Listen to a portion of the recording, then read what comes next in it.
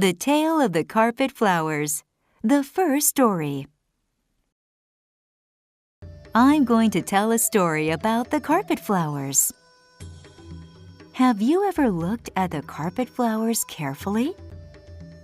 There are many colorful and interesting flowers on carpets. When you rest on the carpets, you'll feel like sitting next to a vase full of beautiful flowers. Or you'll feel as if the carpet were a big lake covered with flowers floating on the water. Or you'll feel as if the carpet were the blue sky that has come down to earth along with the stars of splendid color shining in it. Or you can imagine yourself sitting in a garden surrounded by flowers and plants you may see nowhere on the earth. The birds you can never find in the zoos, forests. You may also fishes you might not find in any ponds or in any markets. You can see the world through every carpet, a very beautiful world filled with exotic, delightful flowers. You will never see dead or withered flowers on a carpet. There, you could also visit some rare birds with long tails, full crests, and colorful wings. Here you will enjoy the sun and the moon, and there you may find gazelles and deer visiting you in your little room.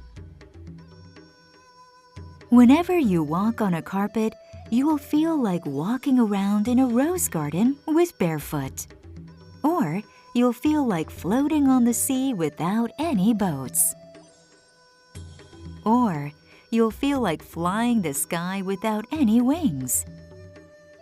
Now, let me tell you about the patterns on the carpets.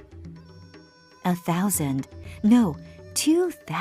years ago, or even much longer in the past, there was no rain for a long time in the Iranian city of Kerman, and a terrible drought began.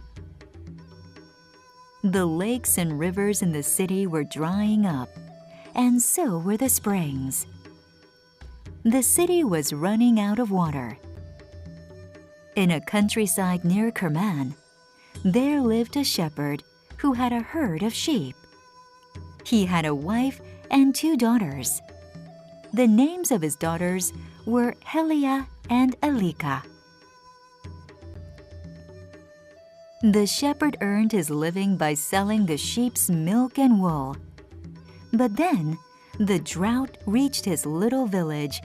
The grass dried, and there were no fresh plants there.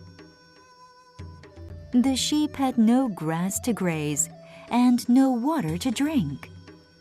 The sheep became thinner and weaker as days passed. The sheep were dying. The shepherd was very sad. His young daughters, Helia and Alika, were also sad, thinking about their father and the sheep. The shepherd's wife was sad too. One night, the shepherd told his wife, "Our country is really big. I know there are many rivers and lakes in our country. I can't stay only in Kerman like this while I can go to other cities. I'll pack my luggage and head north. You can stay here taking care of the girls. I've heard there are many springs and green lands. It'll be a good place for the sheep. I'll take the sheep north. We still have enough food left here for you and children to live on while I'm away for several months. We still have flour, rice, and barley, and there's still some water running in the little streams." Helia asked him, "Dad, when are you going to come back?" The shepherd answered, "When I know it has rained here and there's enough grass."